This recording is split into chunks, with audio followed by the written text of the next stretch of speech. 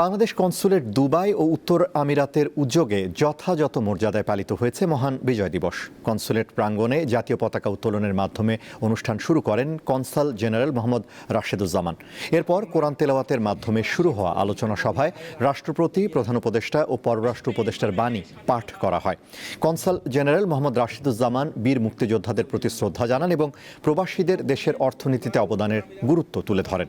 তিনি পোস্টাল ব্যালটে ভোটদানে অংশগ্রহণের আহ্বান জানান এবং কনসুলার সেবা সহজীকরণের উদ্যোগের কথা জানান। শেষে সাংস্কৃতিক অনুষ্ঠানে সমবেত সঙ্গীত, দেশাত্মবোধক গান ও নৃত্য পরিবেশিত হয়। শনি এবং রবিবারে আমি জানি বাংলাদেশ লোক আসবে, সেই সম্পর্কে ধারণা দিতে হয়েছে। প্রবাসী ভোটারদের নিবন্ধন প্রক্রিয়ায়